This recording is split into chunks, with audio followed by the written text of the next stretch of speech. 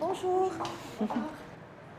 Ça, c'est l'espace projection. Si vous avez des réunions à faire, vous pouvez les faire.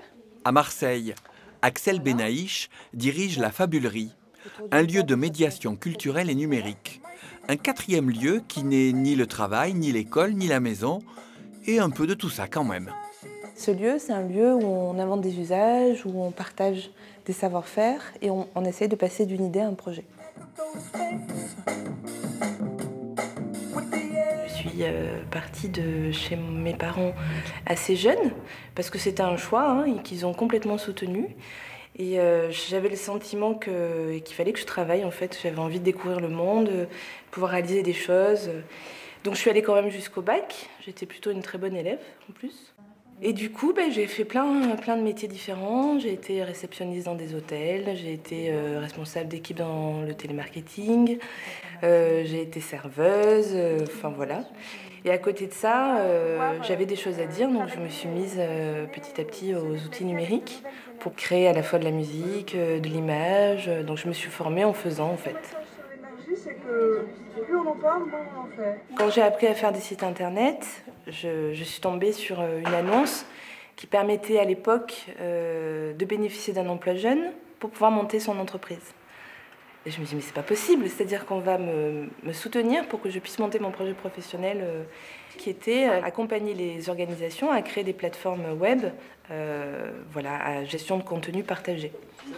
C'est en démarchant le Centre populaire d'enseignement qu'Axel se verra proposer un poste qui va lui permettre de créer un réseau et de participer avec des chercheurs et des artistes à la réflexion sur l'intégration des outils numériques dans les usages avec Monsieur Tout-le-Monde. Après la création de Design the Future Now, Conçoit le futur aujourd'hui, en janvier dernier, Axel inaugure la Fabulerie. On se rend compte que la jeunesse, notamment, s'est appropriée de façon naturelle et intuitive cet univers numérique et web.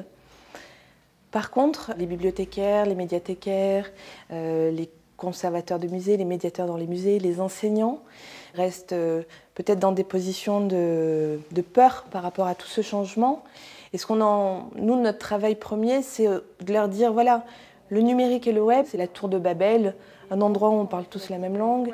Ça a apporté le don de l'ubiquité, c'est-à-dire d'être à plusieurs endroits en même temps.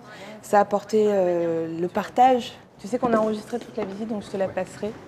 Des associations aux institutions, Design the Future Now intervient depuis les quartiers jusqu'au musée, ici, à Borély. Toute cette tranche d'âge, on va dire 12 ans, 12-30 ans, on les a pas beaucoup. Et moi, je trouve qu'avec Design the Future Now, au contraire, on est vraiment dans des créations de dispositifs attractifs, ludiques, décalés, étonnants, qui peuvent permettre de voir le musée autrement.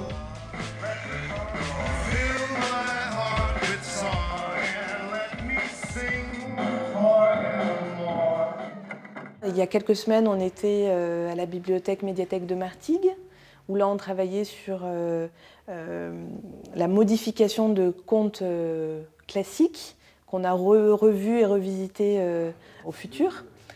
Là c'était de l'image animée, donc du stop motion. Auparavant on était à Vitrolles avec l'imprimante 3D où du coup les gamins ont pu travailler sur des emporte-pièces pour du coup créer leur propre biscuit mais à la forme qu'ils voulaient. Voilà, donc c'est très varié.